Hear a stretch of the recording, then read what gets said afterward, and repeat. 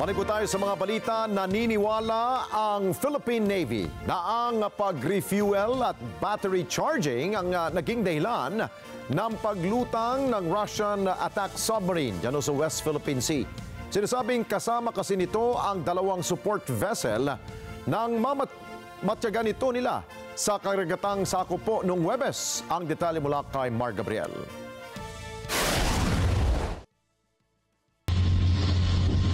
Malaki ang posibilidad na ang pagkakarga ng fuel at baterya ang pangunahing dahilan ng paglutang ng Russian attack submarine nang mamonitor sa West Philippine Sea noong Huwebes.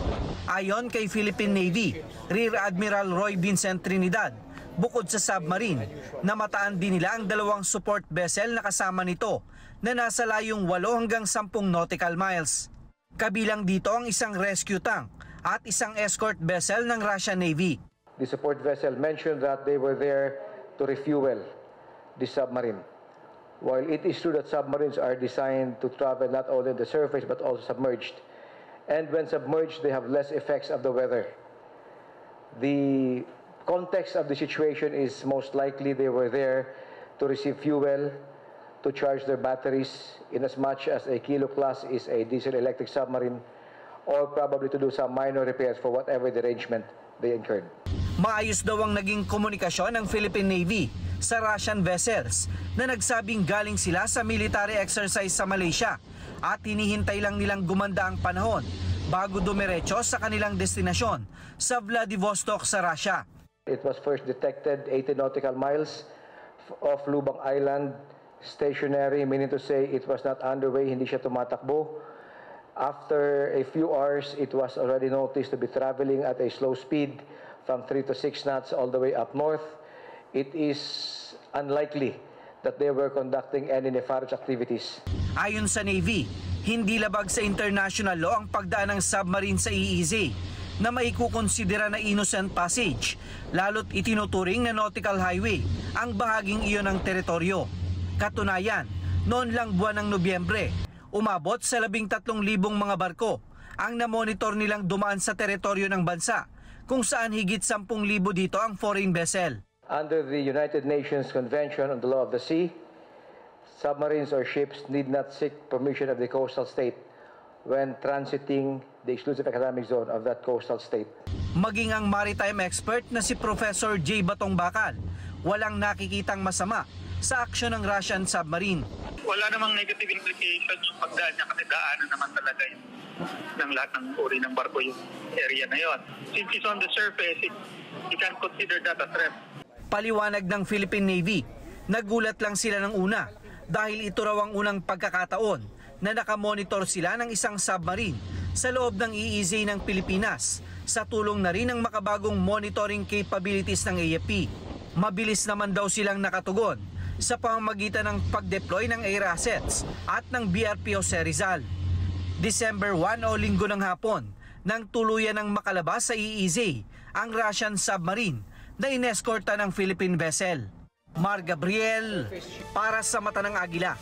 Matatag, matapang, matapat. Dahil sa panibagong insidente ng pangharas sa mga mangingisdang Pinoy sa bahagi ng Rosal Reef sa West Philippine Sea, muling pinasisiguro ni Pangulong Bongbong Marcos sa Philippine Coast Guard ang kaligtasan nila laban sa pambubuli ng Chinese Coast Guard. Jim Tejano sa balitang yan.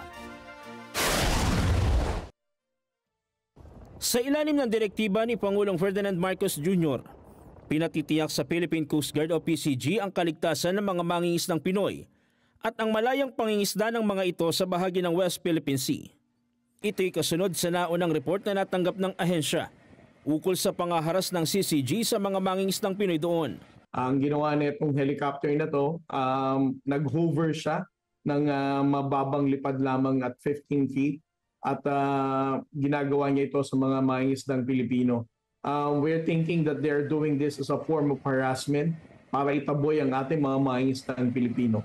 And because of this information, we have informed the Commandant of the Philippine Coast Guard, Admiral Ronnie Hilgavan, to take action para makapag-deploy ang Philippine Coast Guard ng ating barko.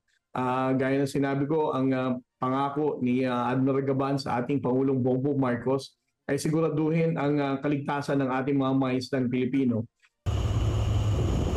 Dahil dito, ipinadala ng ahensya ang 4411 BRP Cape Engaño at 9702 BRP Melchor Aquino upang siguruhin at tiyakin ang kaligtasan ng mga mangingisdang Pilipino na pumapalaot sa karagatang sakop ng Exclusive Economic Zone ng bansa, partikular sa bahagi ng West Philippine Sea. Nitong weekend, habang binabaybay ng Philippine Coast Guard ang karagatan malapit sa Escoda Shoal, makailang ulit na binuntutan ng dalawang barko ng China ang BRP Cape Engaño.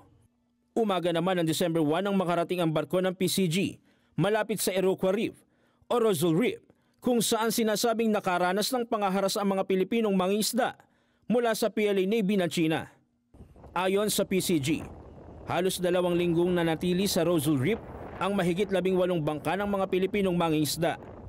Ilan sa kanila isinakay na sa barko ng PCG, maging ang mga huling isda na sinasabing sila ang lula ng 2 lumubog na bangka dahil sa masamang panahon. Jim Tejano, para sa Mata ng Agila, matatag, matapang, matapat.